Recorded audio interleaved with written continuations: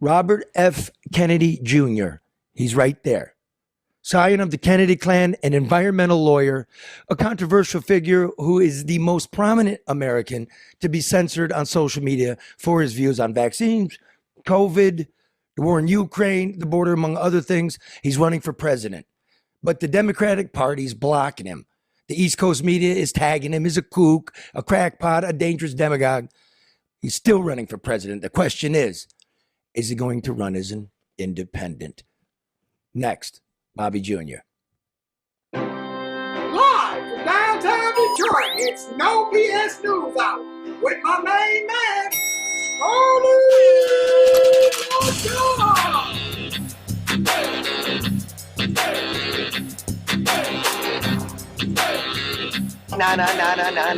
No bullshit!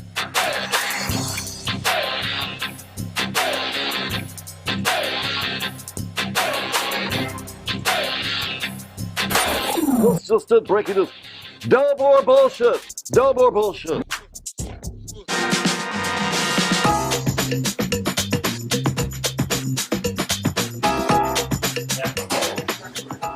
American Coney Island. So good, even Al Roker from the Today Show eats here. Not like that other guy, Al Joker, who eats at Lafayette. So make sure you're a Roker and not a joker. American Coney Island.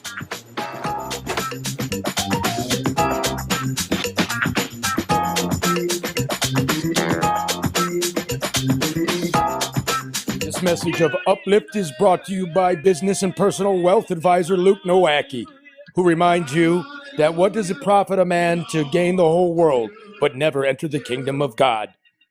But while you're waiting, Nowacki wants you to remember that overreaction is not a sound financial strategy.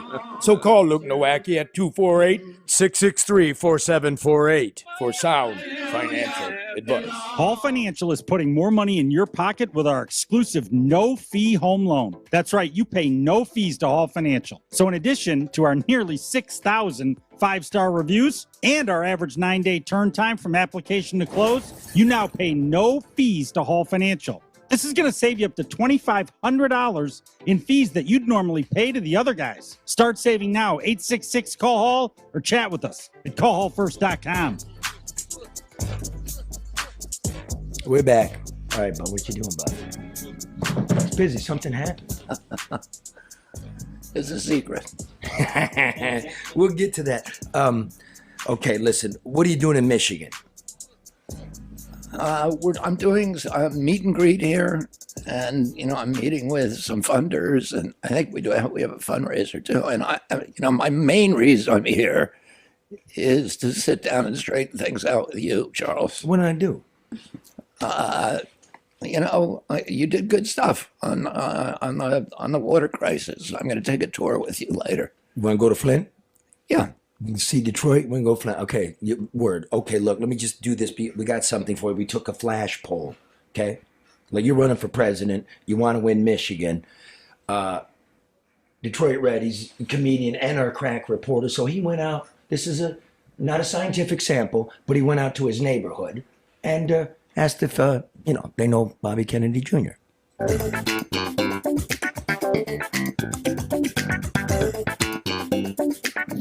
All right. Hi, Bobby. How are you? All right. So do you know who Bobby Kennedy Jr. is? Yeah. All right. Would you vote for him for president? He's running as a Democrat. Yes. You know who Bobby Kennedy Jr. is? Who was that? JF Kennedy brother? His cousin? Are you close? Bobby Kennedy Jr. he's the president's son. Do you know who Bobby Kennedy Jr. is? Do you know who Bobby Kennedy Jr. is? You don't. I can speculate who he is.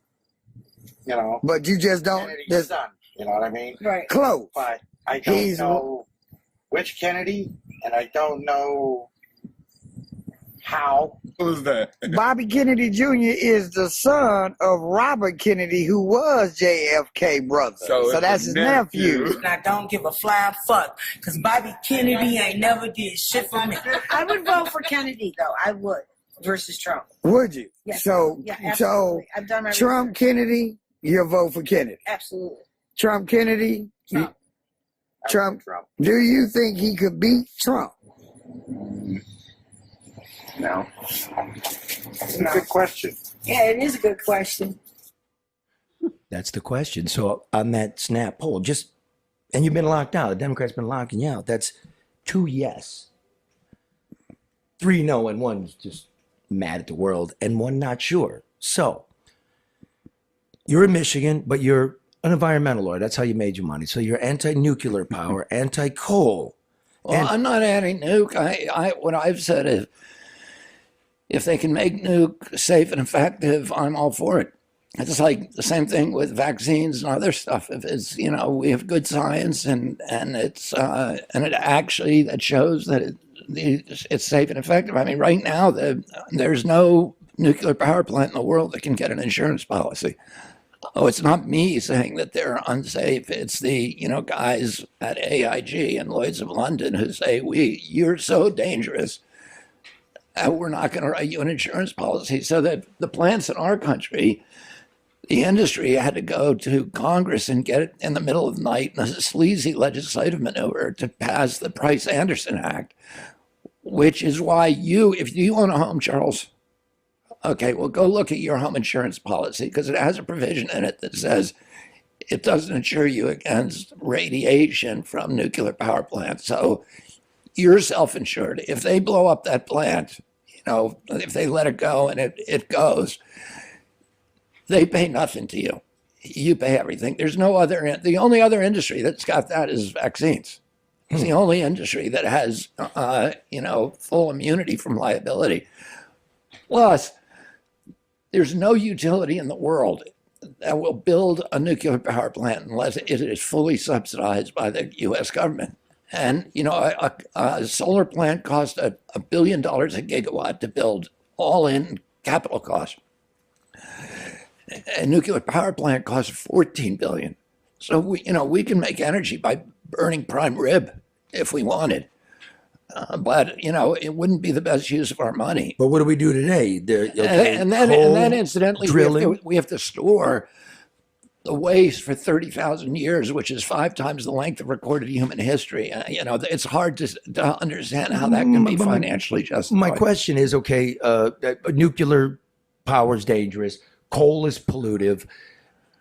You don't like drilling. We build cars here. We need those components to build cars, much less run them. And I don't think we're ready here. I'm not against,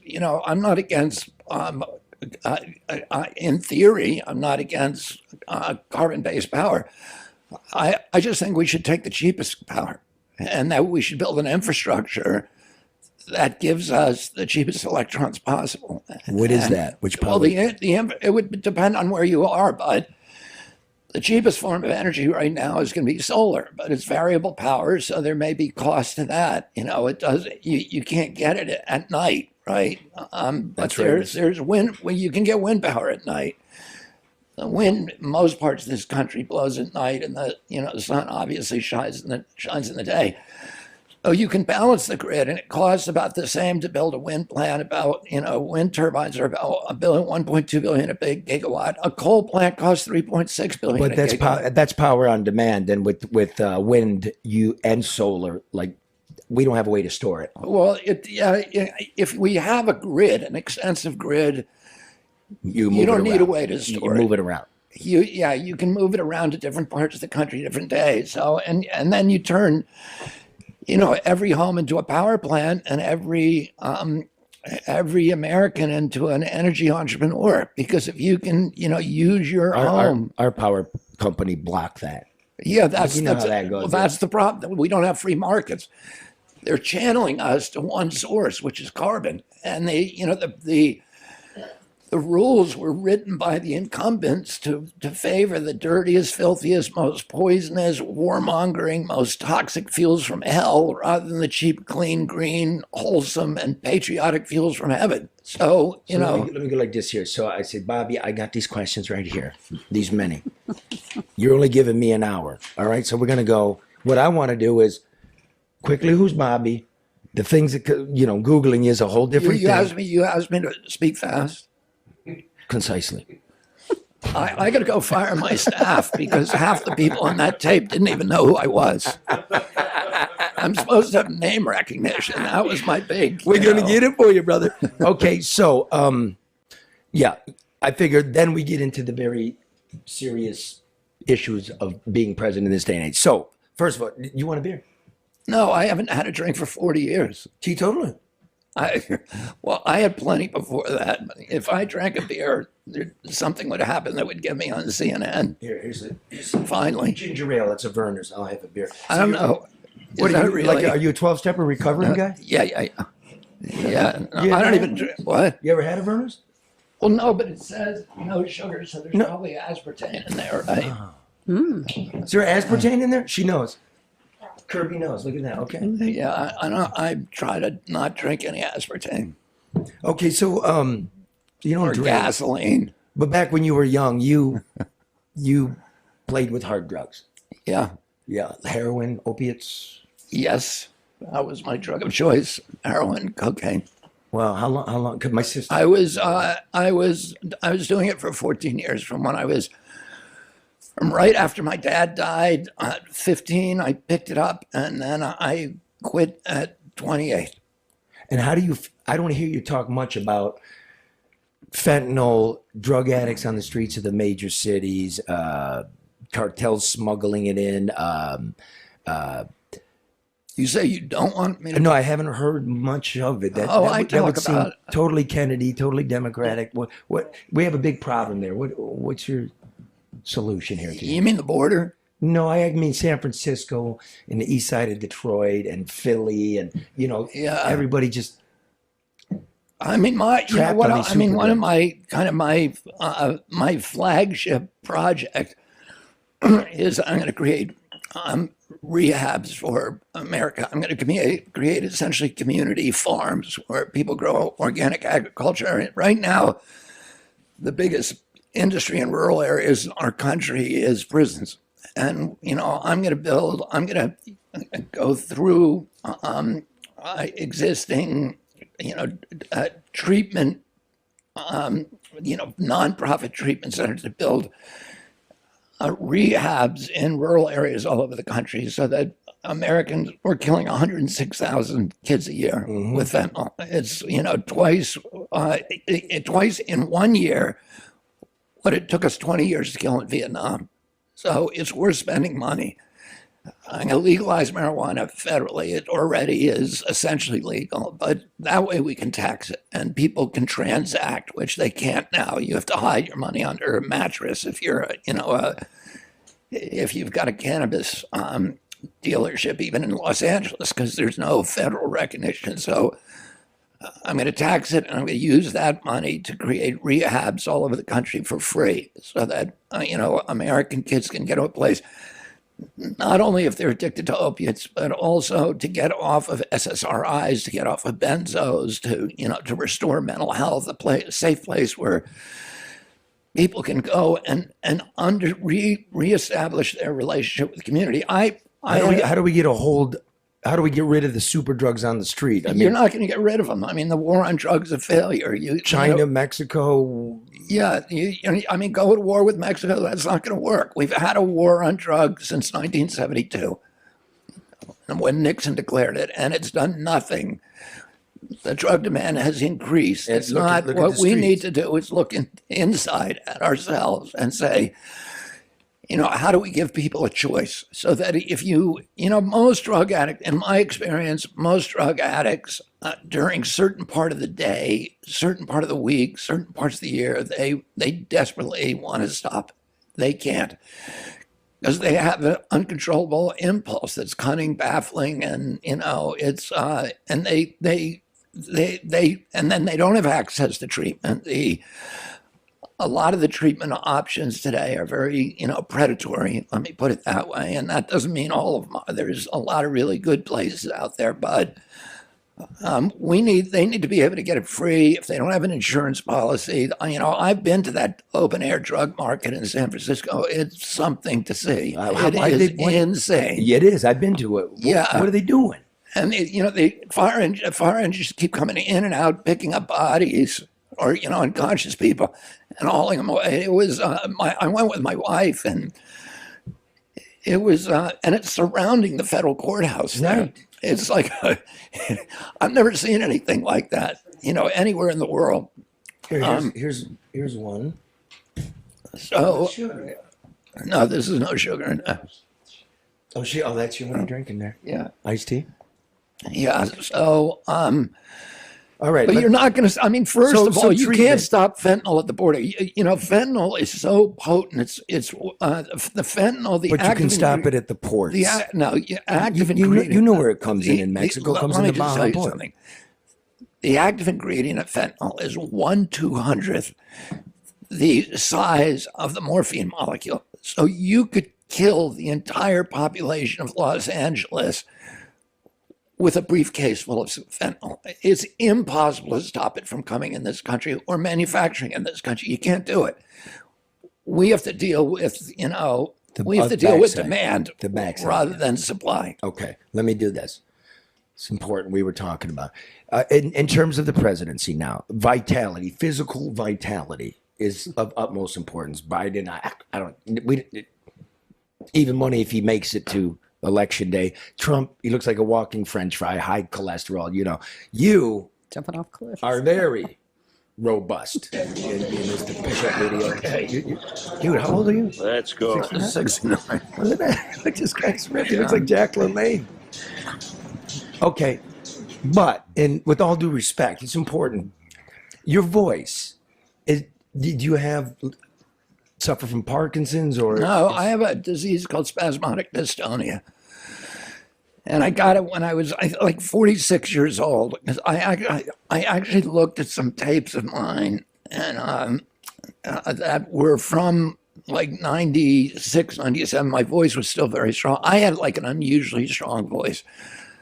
In fact, I was speaking for a living. A large part of my living because I'm in court, and then I give, do lecture tours, and so I rely on my voice for my living, and then that year it was just, I got this disease. It started trembling, and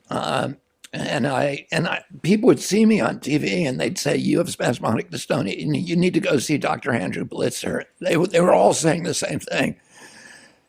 He was the expert on spasmodic dystonia, so I went to see him, and he said, "Yeah, that's what you got." And but you know what? My voice right now is improving, so I'm kind of optimistic about it because I went and got surgery on it in Japan. I went with Cheryl, and we spent 10 days in Kyoto, but the surgery only took about an hour. They put a titanium bridge in my vocal cords. My vocal cords were tight together, so I couldn't force air between them. And they put a bridge between them, so now the air goes through. But I've also been doing these. I found I found a couple of doctors who have treated it, and I'm with them now, and my voice is getting better every day. The more you use it, the looser they get? Well, it does get better. Like if I'm giving a speech, the beginning of the first 5 minutes are the roughest part. And then by the end, everybody's kind of forgotten about it. And, part of that is people get used to it, but also my voice gets much stronger the more that I talk. So you'll probably notice it in this show that at the end of the show, my voice will be stronger. But do you think that's going to undermine your effort at all? I mean, oratorical skills. Well, I don't think it helps me. No, I'm saying because people, I read the other day, people said he has a great message, but being able to hear, to understand. I think some people are put off. I would think a lot of people would be, but a surprisingly a high number of people are not put off by it. And that we've had people before. Would I rather have this handicap or what Franklin Roosevelt had? Right. I'd rather have this. Well, and you know what the point is? We ask, and that's what the deal is. Well, so people understand too, because people don't know, and we didn't ask. Well, you don't have to make excuses. Look, I'm not happy with my voice at all. I wish, I can't listen to myself on TV, so I don't understand how other people. It's not when bad. you drive up to Flint tomorrow, you're not going to put this on? No, I will never see this show. So whatever happens here, you and anybody else, bro. I'm telling you. That's an endorsement. Okay, listen. I wanted.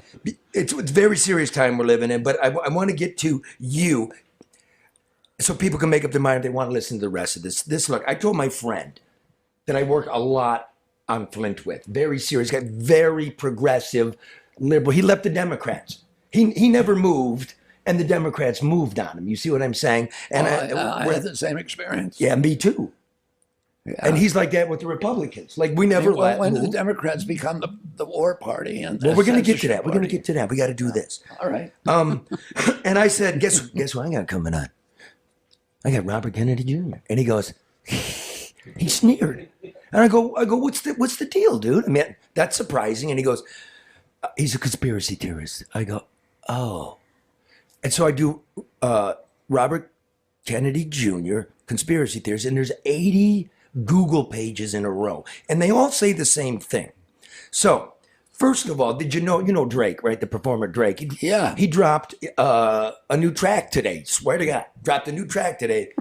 You're in it. Diss me so long ago, we making your memories fly. Conspiracy theories start floating around like the Kennedy guy. I'll probably hold a grudge against you guys till I'm 75.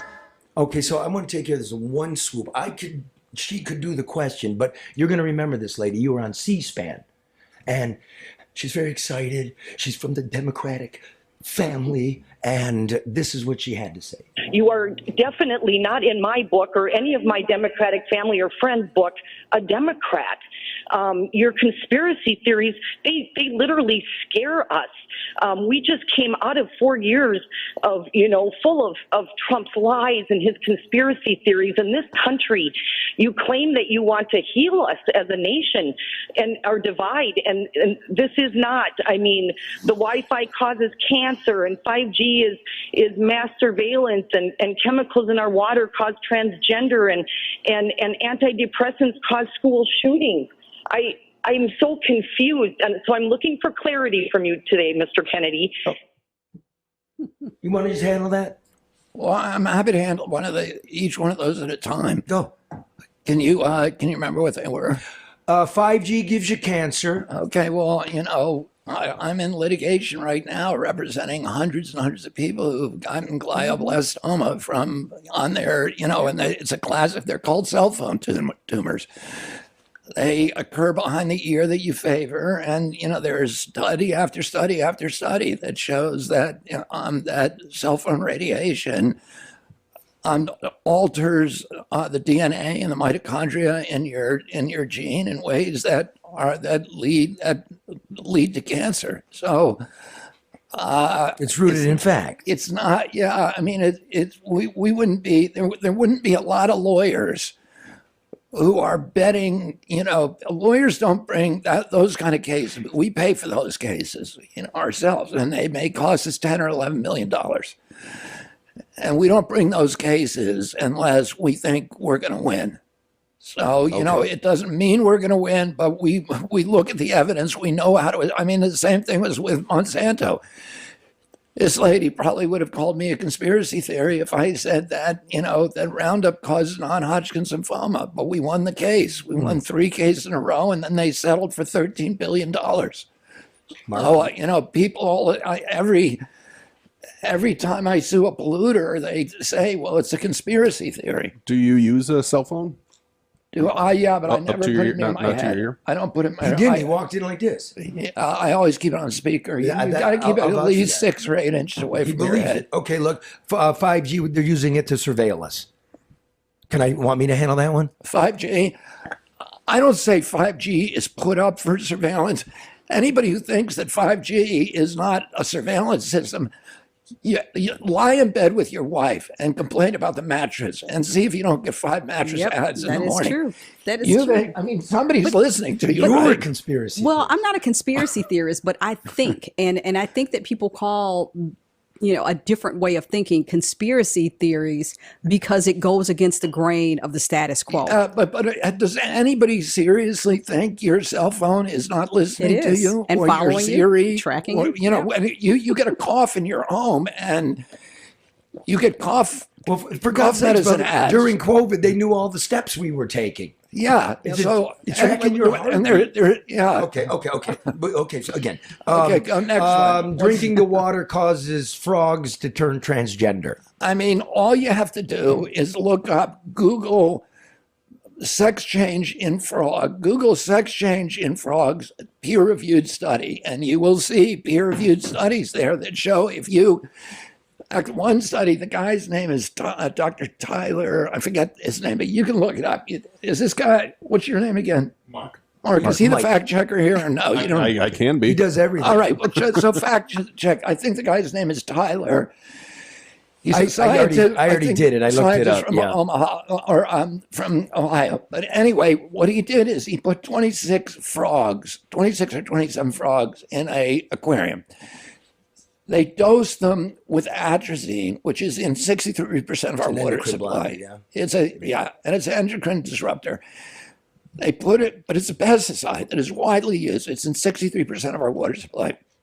EPA has what is a safe level. So they put it in the water with the frogs less than EPA's safe level. So they were getting dosed, what we're getting dosed at. And 90% of the frogs became sterile. They were all males. 10% of them became female and produced fertile eggs. So now that doesn't mean that will do that to humans. Did you wait? Let me ask.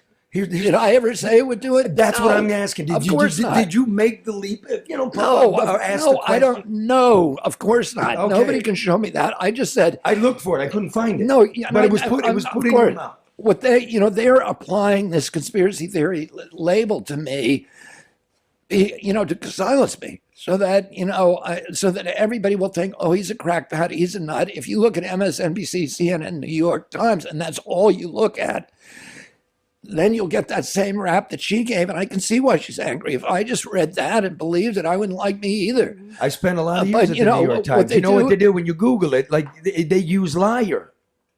Yeah. They didn't say possibly a liar. Straight up, you're a liar. Yeah. Yeah, well, that's what they do. They're not, it's not journalism, it's propaganda. Let me do this one because you were mad at it and you went up to Congress and, my mic, sorry.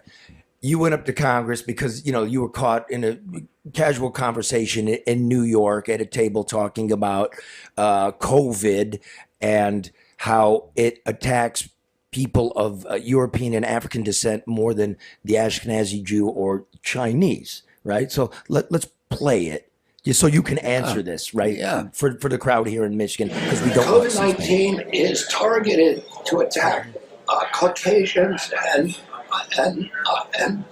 Black people. The people who are most immune are Ashkenazi Jews and Chinese.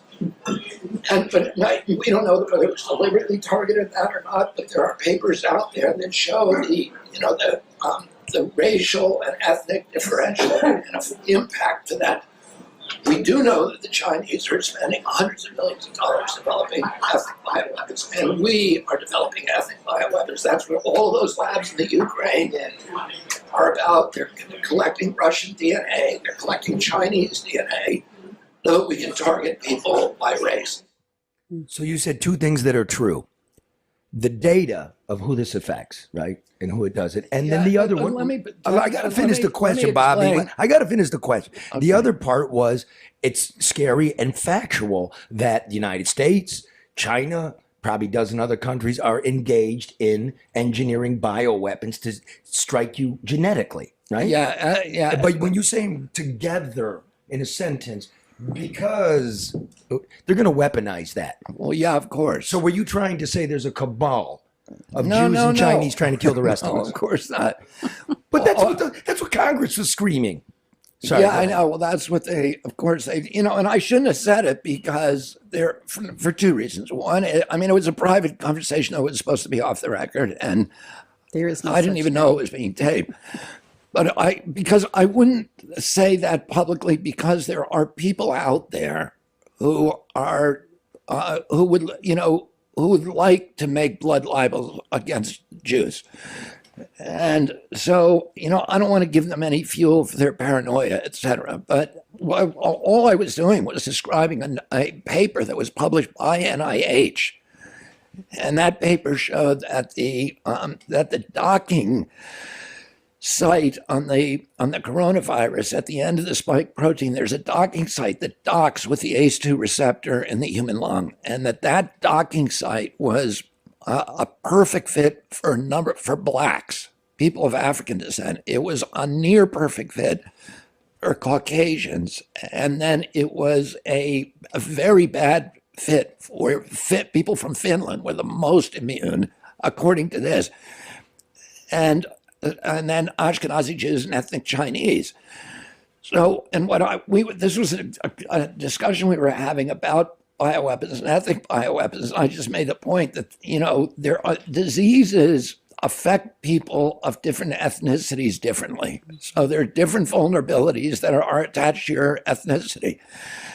And that therefore it is, theoretically possible to design a bioweapon that would hurt one race or another. And in fact, and we are trying to, for sure. Well, and there are many nations that are trying to. This is well documented in the literature. And you know what? Okay. Because it's the perfect bioweapon. Every other bioweapon, you have to develop a vaccine because there's going to be blowback on your side. If you give those guys cholera, yellow fever, dengue fever, your people are going to get sick too. There's no way to give it to their army without it coming back on our army.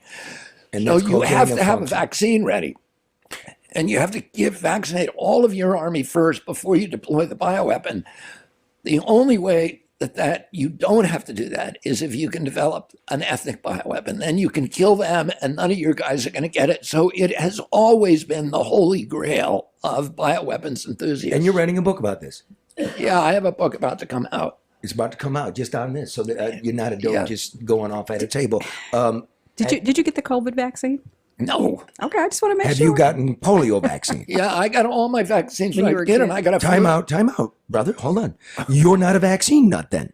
Well, I may be, I guess that doesn't make me one. I guess I could have become one. Did you vax your kids? Yep. I wish I hadn't, but I did. Why? Polio vaccine doesn't work? Well, no, it's not the polio vaccine, but the ones that they put in after that. When I was a kid, we just had polio, smallpox, and typhoid. We have 3 vaccines, and the kids today get 72.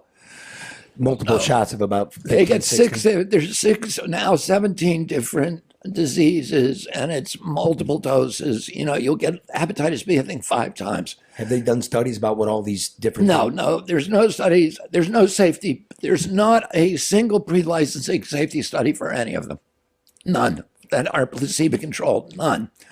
Well, and by the way, I was not the placebos that you prefer, but some kind of a placebo means inert. The CDC developed CDC. Water, sugar. CDC has a published definition of placebo. Let's make it simple for the audience. So you're saying they never used a placebo, a fake pill that had inert substance? It would be a vaccine. And you asked Fauci many times, as he could never produce the study. No. And so what you want is for any new drug or medical device, you want to test it on let's say if it's a vaccine, an unvaccinated population, and then the same number, let's say 30,000 people, the same number of vaccinated. And then you want to follow their health outcomes for, Tony Fauci says 8 years.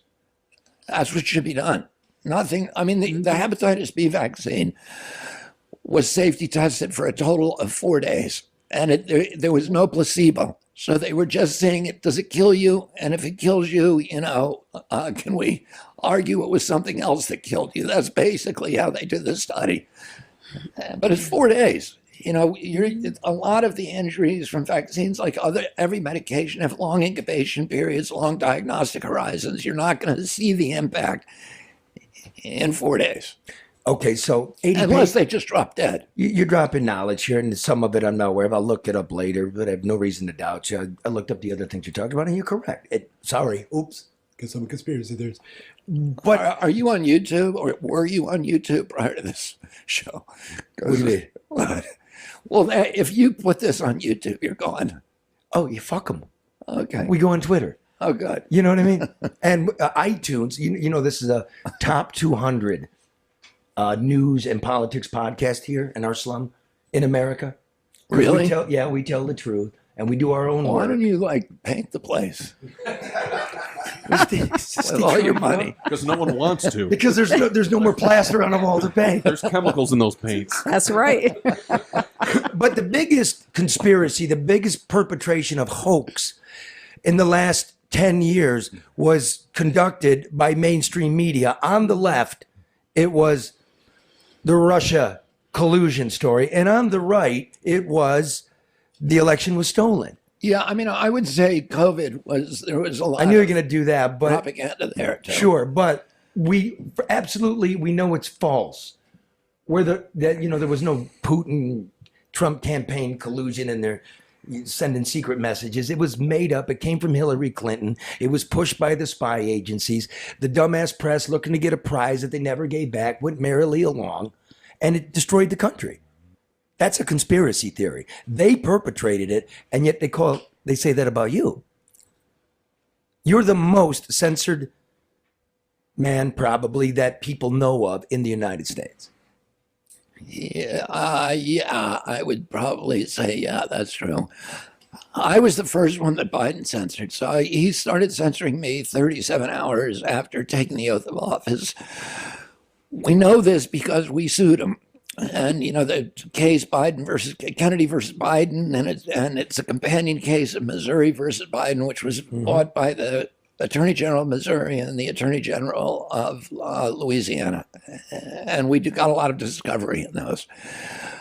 Plus, Elon Musk released the Twitter files. So after he took over Twitter, they'd been in secret, collusion to censor people and with the White House. These are facts. And he released it all publicly. So, he released it through there's like 1 million documents. So he divided them up among, a bunch of journalists, the kind of the last remaining investigative journalists in this country. People like Matt Taibbi and Paul Thacker and people who are now, there's none in the mainstream media. They're all on Substack now. Any real investigative journalist, the people on the mainstream media are pretty much on both sides, I would say, propagandists for certain ideologies or doctrines or points of view or political parties. But there are a number of really good investigative journalists on Substack. And I'm on the Detroit News. What? I'm on the Detroit News, Oh, okay. Well, I take it back. The next interview, throw that in there. LeDuff up there in Detroit. It'll be helpful. Oh, all right. Okay. Anyhow, speaking by the way, who owns the Detroit News? Is that a family or is that a Hearst or Gannett? Gannett? Yeah, we have a joint operating agreement. 150 years old this year, so I mean it's scrappy. It's holding on. It's do our work there. I mean, could we do better? Yeah, a little more money we could, but it's still scrappy. It's trying to hold people to account. Yeah, I went to a newspaper to do an editorial board meeting in Vermont, in New Hampshire, about 3 weeks ago, and it was just like a back in time. It was the last remaining privately owned local newspaper in New Hampshire, and it had a newsroom that looked. Do you remember that movie, The Front Page? Mm-hmm. Right, and it looked just like that. It was really great. It was fantastic, and all the reporters and all the editorial staff, we all sat around in a circle and they grilled me for about 2.5 hours. And it was, but it was real journalism. It was pretty amazing. Real journalism. What? Speaking like of right parties, here, like what we're doing. Here's some real journalism. What are you doing in Philly Monday? You're announcing you're running as an independent? Are you trying to trick me? It's a surprise what I'm announcing. Your own people leaked it. Like everybody knows. You think I'm going to walk into that trap? There's no line to read between because the page is blank. I mean, come on. This is no bullshit news. Just tell me. Forget about it. Just whisper. Come to Philly. Go Philly. Fucking Philly. Now, are you running as an independent? How far is the drive from here to Philadelphia? Let me guess. I'm guessing about 10 hours. 7 hours. 10, I think it's 10. Are you driving? No, I'm going to fly. Electric vehicle, Grand Home, I can hook you up. That's not good. So, listen, you're going to be the first Kennedy running for office who is not supported by his family. The Democrats... Well, wait a minute. Yeah. There's certain members of my family that, don't like me running. And, there's a lot of members of my family, 5 members who work for the Biden administration. So, I don't begrudge them that. Okay. But I do have a lot of members of my family who are going to be there. And to do what? In Philadelphia? Oh, yeah. To applaud me. To do, what are you doing there? they're going to applaud whatever announcement I make. Jesus. Come on. So, I mean, you do have a pretty good, pretty wide, maybe a couple 100,000 volunteers nationwide. Yeah, we have more than that. Yeah. Yeah, that's pretty good. And it is expensive to run as an independent, like especially California, I would think, right? I mean, to actually put the infrastructure in. Well, to get on the ballot as an independent will cost about $15 million. As an independent. To get on all 50 states. Okay. Because each state has different rules, and and each state has a different time slot. In some states it's really easy. You only need a couple hundred signatures. In some states you need thousands, and you need them from every county. Or how many do you need in Texas, for instance? I don't know. I don't have it memorized. Memorized? Yeah. You sure know an awful lot about running for an independent. Newsflash: Bobby Kennedy is running as an independent. I think. If I was running, I would know the answer to that. The Democrats screwed you. They no debate. It's like a Soviet plenary. This party these days, right? They're not going to give you any debates. They want the primaries to be flip flop. They want South Carolina to go first because it favors Biden. They will penalize Iowa and New Hampshire if they don't change their state law. And if you politic there, if I step foot into New Hampshire and Iowa, which I've already done, any candidate who steps foot in those states will not be able to get any. Will not be able to. Their votes will not be counted. The Democrats are saying Democrats cannot visit. Yes. Their party New members? Hampshire or Vermont. No way. Really? Is this a conspiracy theory? No, that's psycho. It's a conspiracy. And so that's why you're running independent. Yeah, I mean, we just clip it like that. There's a lot of other. There's a lot of other things that they've done to. There's somebody's made a list of 60 rules that they've made to make it impossible. Super delegates to run. Yeah, and then they have a new class of super delegates called PLEOs, which stands for, is an acronym. Political leaders and others. Yeah, election others or what? Yeah. You know what I mean? Yeah. Party apparatchiks. They did this shit to Bernie Sanders. Yeah, they did it to Tulsi. They did it to Bernie. They do it to any progressive candidate, because they're corporate donors. Basically, the Democratic Party is the same group of corporate donors as the Republican Party. I know they are. They're subsidiaries of the same business. Yeah, and I think they'd rather have Trump. I imagine. I don't know, but I think some of them would probably rather have Trump as president than me as a Democratic candidate because it will mess with their donors. Interesting. Okay, so look, let's just assume we'll just way out there. Philly is far away, and I'm going to sleep on this weekend. Think about it. Let's just say you do run as an independent. You could win. You could win. I mean, I'm out there talking. You saw that 40% of Detroit, our unofficial poll, is going. Yeah, I'm not actually betting the ranch on that particular poll, but there are small polls. sample size. We're going where your pollsters won't, bro.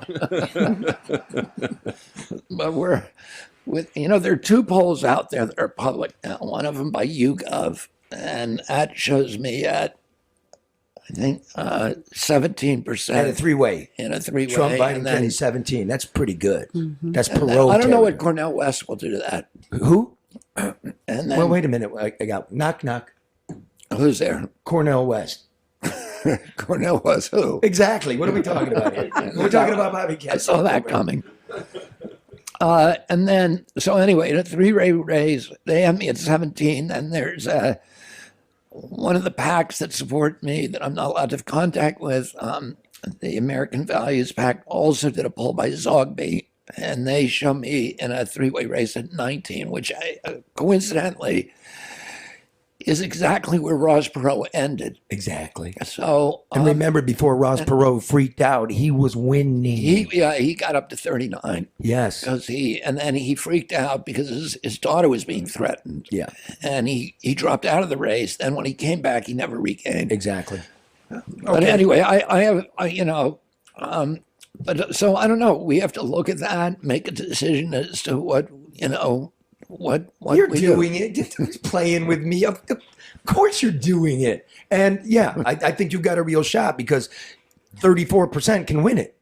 And you're more than halfway there. And we're going to get to it right after this commercial break. You're convincing me. I don't know. You're very convincing. I'm just a reporter, sir. Just call him as I see him. A word from our sponsor. We'll be right back to ask Robert F. Kennedy Jr. the questions of the day. You want to be president? These are the things you're going to have to address. Let's see if we have his answer. Well, you know, when it rains, the power goes out. And when the power goes out, the internet goes out. When the internet goes out, I call my friend Matt and Bernie at XG Service Group. Look at Bernie here on his hands and knees, giving it everything he's got. Look at that man crack. So busy, he forgot to wear a belt. There's Matt right there getting the board together. That's 734-245-4100 if you need Matt and Bernie to come take care of your voice over internet, your security cameras, off-campus access control, Wi-Fi, and cameras for homes and business. They'll design it for you. You got restaurants, they do drive-through systems, railroad cameras for public safety, total wireless camera systems for your home and business. Yeah, that's right. Call XG Services at 734-245-4100. No BS Newshour brought to you by Legacy Partners Insurance. Do what we've all done here. Call them, 586-209-4106. They will shop for a better insurance rate for you. You will pay less and get more coverage for your home, your car, your motorcycle, your camper, your vacation cottage, all of it. They'll even help you with life insurance and Medicare. Call Legacy Insurance, 586-209-4106. Have them wrap their arms around you. Be covered, be safe. ADR Consultants, experienced overseeing more than $250 million in public and construction projects since the turn of the century. They're competent. If you want to reduce your costs and increase your bottom line, you want to cut the red tape, you're going to need somebody that knows how to navigate it. That would be ADR Consultants in procurement and government compliance and information technology. ADR, smart, get the job done right, on time, on budget. 248-318-9424. Call Barry Ellentuck for a free consultation. Feeling stressed out? Feeling a little bit anxious? Got trouble sleeping? You biting your nails? Try Next Evo Naturals, CBD based. Stay well. The fall, the weather's changing, right? Maybe your mood is. Get yourself calm. CBD from Next Evo Naturals. Go to nextevo.com/nobs and get 25% off and a free bottle of premium pure CBD. You can get their stress or sleep complexes. That's nextevo.com/nobs. Independent candidate, maybe, we'll find out on Monday, Robert F. Kennedy. Issue number one for the president of the United States is the dollar. The dollar is shit. We have a debt spiral going on. We have government spending beyond its means, having to borrow. That stimulates the economy. Inflation starts going up. The Fed has to do the opposite, raise interest rates. That means the government spending at a deficit level never seen before, has to borrow at higher rates, stimulates the economy. And around it goes. You have two choices, sir, as president. We can either quantitative ease again, buy our own debt, Fed buys the Treasury's debt, and that creates inflation. Or we cut entitlements, which we've taken $4 trillion and we're spending $6 trillion. Entitlements are $3 trillion. The military is $1 trillion. After old people and poor people in the military, there's nothing left. Which one will you do? Will you cut entitlements or will you quantitative ease? I'm going to cut the military. At a time like this. Like what? Well, we'll go into that. Yeah, okay. I will. I'm going to, wind down the empire, cut the military to, let's say, about $500 billion, which is size it. You'll half it. Half it. The military now includes, if you look at military and national security, it's up to like 1.3 trillion. The straight on military is about 990. And I wind that down to $5 billion, which allows us to do the things that we need to do, which is to arm ourselves to the teeth at home, protect the sea lanes, protect neutral areas like the Arctic, and then to respond to crises. Okay, let me do the But math. it doesn't though. have 800. Let's do the math. Though. So you'd cut $500 billion from the military. We'd still have to borrow 1.5 trillion, which would be the now fourth highest deficit ever. That's not going to get us there. What else? Yeah, well, I'm going to cut the cost for chronic disease. Our medical bills are now 4.3 trillion. And 80% of that, actually more, about 3.7 trillion go to chronic disease. Now, and because chronic disease, we have the highest level of chronic disease in the world of anybody, and we have the highest level in history. We've gone, when my uncle was president, 6% of Americans had chronic disease. Now, then by 86, 11.8. By 2006, 54%. And today, nobody knows because NIH stopped publishing numbers. I'm not hearing the numbers I want, sir. Yeah. I know a lot of Wall Street. Well, you guys. cut chronic disease, and that will cut enormously costs from healthcare. How much? Over time, it's going to cost. Over time, I'd say half. But when you say cut chronic disease, can you give us a couple things that you have to do in order to cut chronic disease? Well, the chronic disease epidemic is being caused by environmental toxins. Mm-hmm. There's only a certain number of culprits because we know the epidemic began in 1989. We didn't have autism went from 1 in 10,000 to 1 in my generation. It still is 1 in 10,000. In my kids' generation, it's 1 in 34.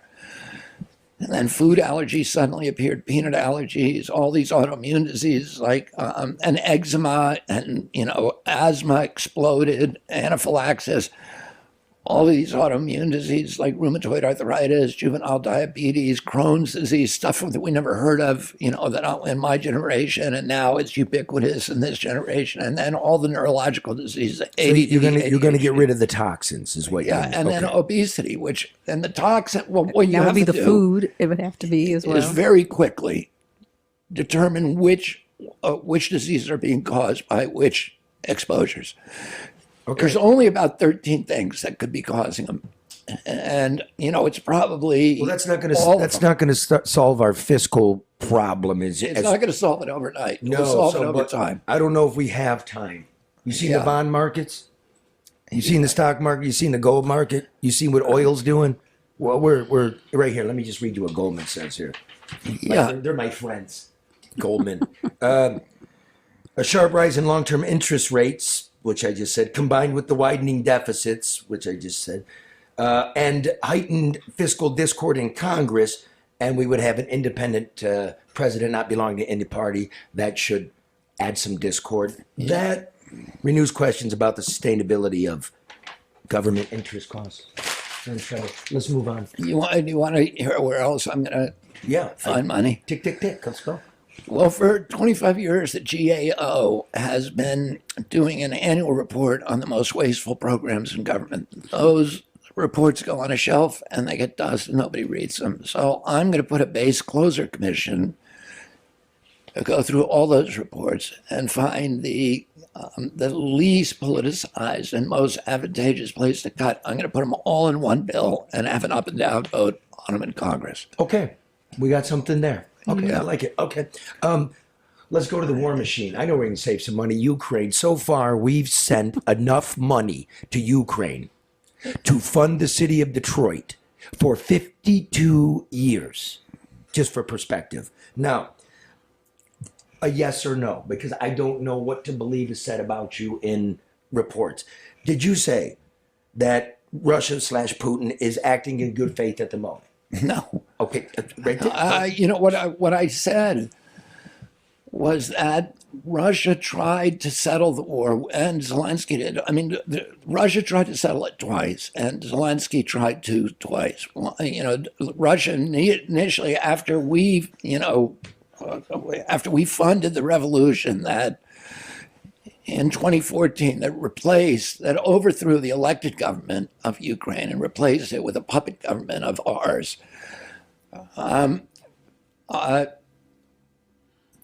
The new government we put in began making war on the people of Donbass and Lugansk, who are primarily ethnic Russian.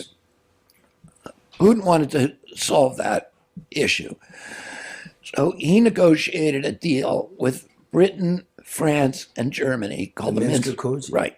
And Zelensky in 2019 ran on the Minsk Accords, saying real quickly, what the Minsk Accords would say was there'll be some kind of special status within the Ukrainian territory for the Donbas region, the Russian. Yeah, they would be able, because the new government that we put in banned the Russian language and then, made them essentially the redheaded stepchildren of a really, oppressed minority.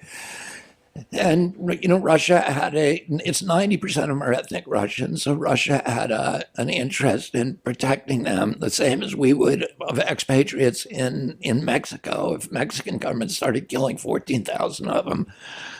And so Russia said, and they voted to join Russia.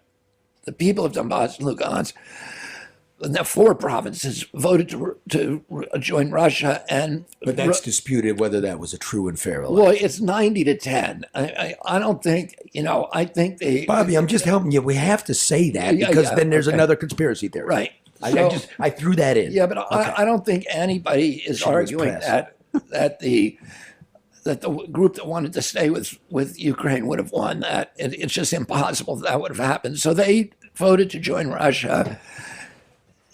But Putin said no.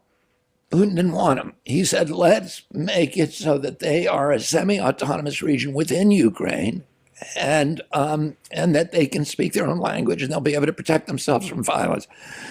And then we'll keep NATO out of Ukraine, which is the main thing that he wanted. And those were the essentials of the Minsk Accords. Did we bait this war? Did the United States? Yeah, we baited this war for sure. If I might. So let me just finish. Okay. Why am I talking? You're here to. Well, let me just finich. So then, the wrap up. Zelensky runs in 2019, and he wins with 70% of the vote. He's a comedian who dresses, in like a transvestite, and he's not like a serious person, but he wins with 70% of the vote. Why? Because he ran on a peace platform. He promised that he would sign the Minsk Accords, and everybody wanted peace. But as soon as he got in there, he pivoted. Nobody knows why, but people suspect that Victoria Nuland from our State Department pressured him not to settle with the Russians, and which that was the objective of the neocons and that cadre, and people within his own government, the let's call them politely ultranationalists within his own government, threatened to kill him. This is what is widely believed, and I think is credible. But at any rate, he pivots.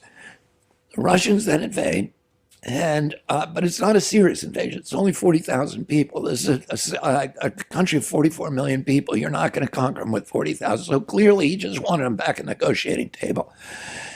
They come back in March before hardly anybody's been killed. Zelensky comes back. The U.S. won't help him settle.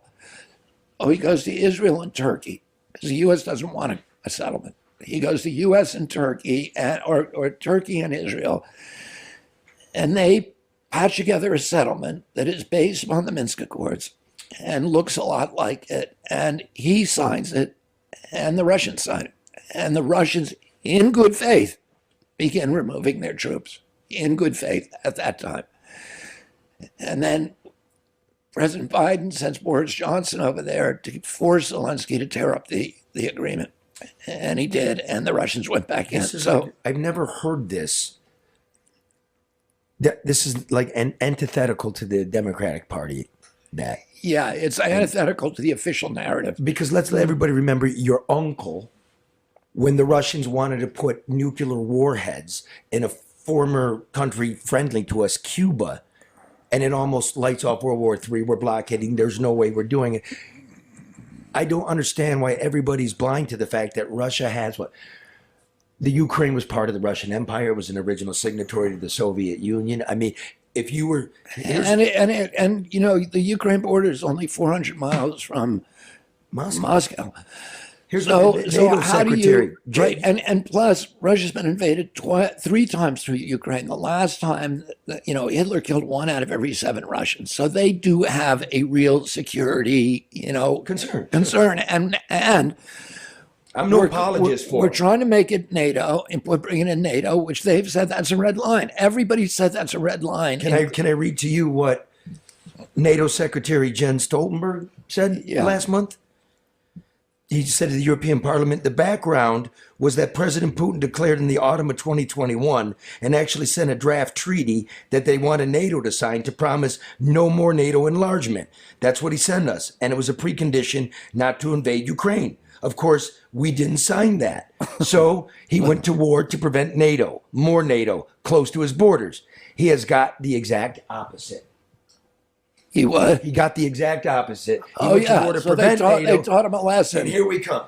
Yeah, and 400. Yeah, and by the way, when Gorbachev in '92, poor sack, pulled 400,000 Soviet troops out of East Germany, and he made a deal. He said, "Look, I'm going to do something that people don't do. I'm going to pull all our troops out, let you reunify Germany under NATO, which is a hostile force. I want one promise: you will not move NATO to the east." And James Baker, who's then Secretary of State, he's a good Secretary of State, famously told him, "We will not move NATO 1 inch to the east." And since then, we've moved it 1,000 miles. We got missiles in 14 Poland countries. and Romania. We got Aegis missile systems in Romania and Poland that are nuclear capable. They're 12 minutes from Moscow. They could decapitate the entire Soviet leadership in 12 minutes.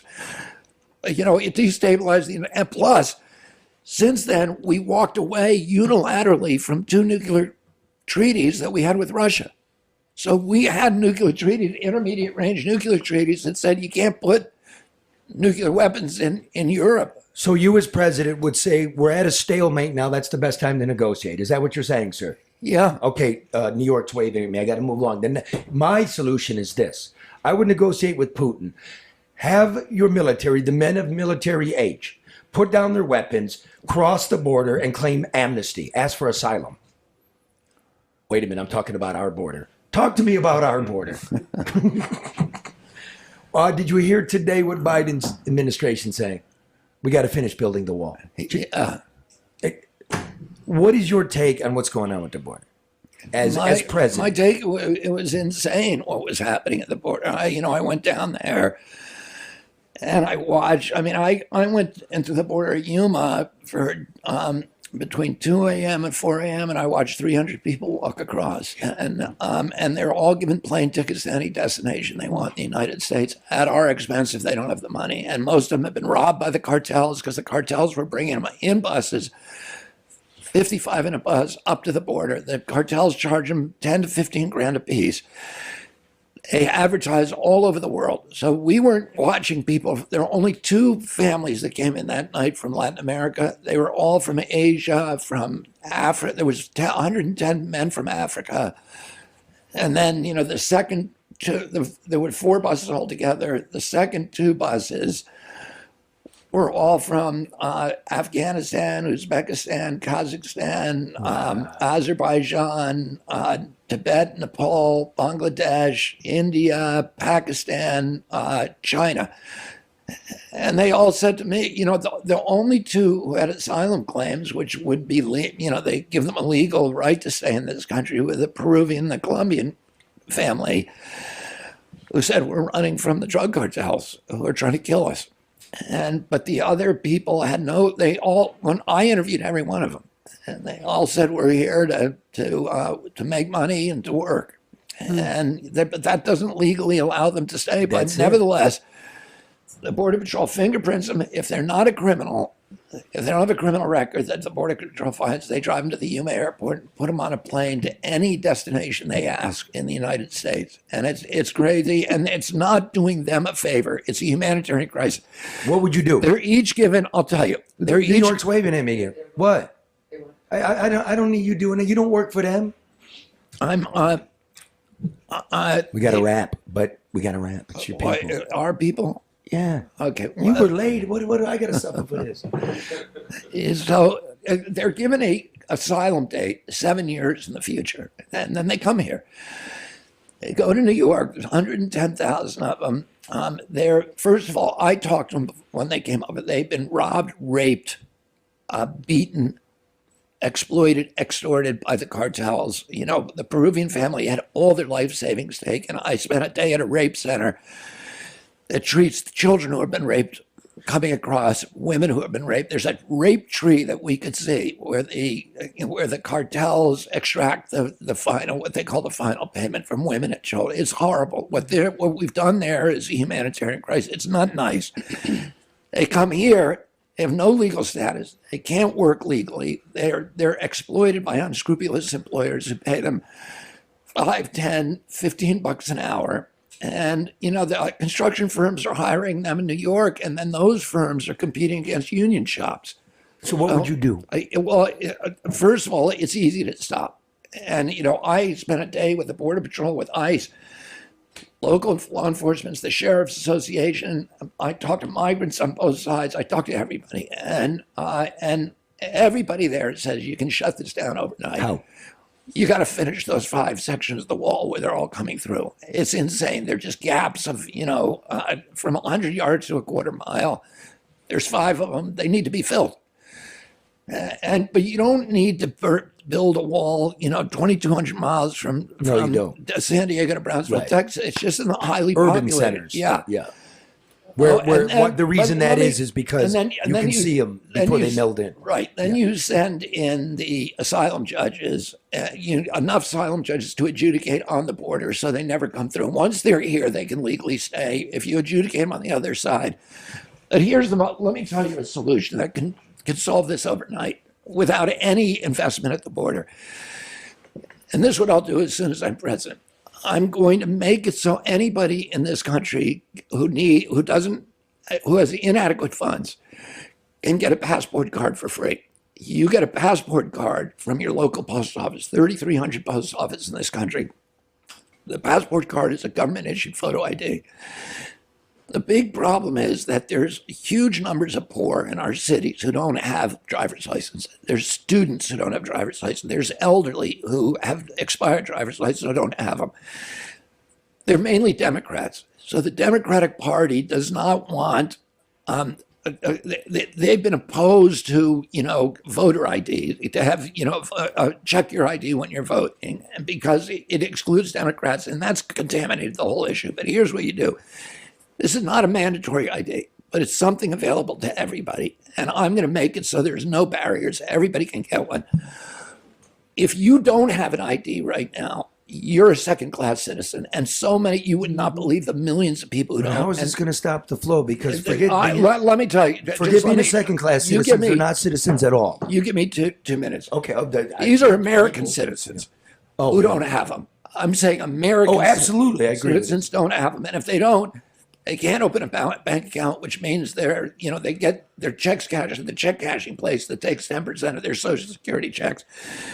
They can't go to a hotel. They can't board an airplane. They can't visit their kids at school. So this solves that problem. They're all going to get one. Now, if you're an employer today in Detroit or New York and you got a construction project, you're required to check ID to make sure there's U.S. citizens. Yes. But the only ID, because widespread IDs are not available, the only ID that you ask for is Social Security card, which is no picture, easily forged, ask from hand to hand. You're talking about E-Verify, aren't you? Right. Well, no, I'm talking about just you can't get a job unless you got that passport. That's an E-Verify, pretty much. Yeah, I agree. But it's not it's I'm nervous about anything digital. This handheld. I don't like the government having any of our information. Well, they would have it because they're going to have a photo passport ID just like you have and I issued have. by the government. The data put Issued in a by computer. the government. They can't put anything else on there Okay. except your passport ID. Now, that will shut down the border overnight because it's illegal for that employer to hire somebody who doesn't have that card. He goes to jail. Nobody's going to employ him. The border will dry up. Not only that, but now the Democrats no longer object to people being having to show ID before they can vote. We have Al Sharpton is on board this. Andrew Young is on board. All the civil rights leadership, they want this. They went and met with Biden 3 weeks ago. He refused to do it. It's a solution for all these problems. It shuts down the border. And let me just end up saying one thing. Okay, I'm listening. During the last 2 decades of his life, I worked very closely with Cesar Chavez, who was a very close ally of my dad. I worked on pesticide issues because Hispanic farm workers are disproportionately injured by pesticides. His 2 big issues during those years was pesticides and closing the border, because it was the illegal immigrants coming across the border that were ruining his leverage with the growers, who, when he was trying to get a deal, good employment, good pay for his workers, for American workers. Yeah. And the same is true today. All the Democrats who think they're doing something humanitarian by opening the border, they don't understand what's going on, and they don't understand the history. And culturally, what they're doing here, and financially. There's 2 things I'll say. One, you right now executive order the humanitarian parole, which is illegal, right? Yeah. You're supposed to remain in custody until a judge adjudicates your asylum claim. Yeah. We're just letting them go. Stop that. Number 2. Well, they get 7 years. Fuck. Right. So, and then they don't have to show up. Did you see what Trudeau and Biden just secretly negotiated? What happened? The safe third country agreement. Okay, it's the same. Basically, if you're, let's say, for example, you're a Mexican refugee and you want asylum in Canada, but you come through a third country, the United States. When you go through the port of entry, they say, no, go back to the safe third country and apply there. Because there's a loophole, right? That's just customs, the port of entry. What if people walk through the forest or through the desert? Canada got 40,000 people last year, lost their mind. Trudeau and Biden came up with an addendum to the treaty where the whole border is an official entry point. We need the president to negotiate that. Yeah, well, I'll do that. Right. Are you gonna write that? You gonna write that? Okay. Last thing, you got to go. Who killed your uncle? Well, my uncle clearly was killed by a conspiracy, and that was the verdict of the House Select Committee on Assassination. That Lee Harvey Oswald did not act alone, but there were multiple people involved. That was the United States Congress that found that. Yeah, after a year and a half investigation that was 10 times as large as the Warren Commission investigation. Most of the people, including Senator Schweitzer, who had been on the Senate version of that committee, and most of the staff, almost all the staff, and I've talked to almost all of them, believe that the CIA did it. And in fact, there's been since then multiple confessions by people who were, who say they were involved in it, including David Morales and E. Howard Hunt, and essentially a confession by David Atlee Phillips, who was probably, one of the 2 masterminds with Bill Harvey. So, we know the people who were involved, and, we know almost certainly, we have a very good idea who the likely shooters were. And many people have confessed at this point, and there's now millions of documents. I mean, we know that Lee Harvey Oswald was a CIA asset. He was. And if that were known at the time of the Warren Commission, there's no way they would have been able to say that, he acted alone, that he was a lone nut. He was a lone nut who was a CIA asset. Well, why was he a CIA? Why was the CIA working with him if he was so nutty? And again, this isn't a conspiracy theory. This is what? When was the Warren Commission? 64. Okay. So this is 15 years later. The United 79. And it was that House. 15 years later, they're like, wait a minute, it was a conspiracy of some sort. Yeah. They stopped short of the CIA. You stopped short of saying the CIA, but the CIA was supposed to release all the documents. Well, the CIA has also blocked the documents and blocked not just the documents, but every investigation of it for now 60 years.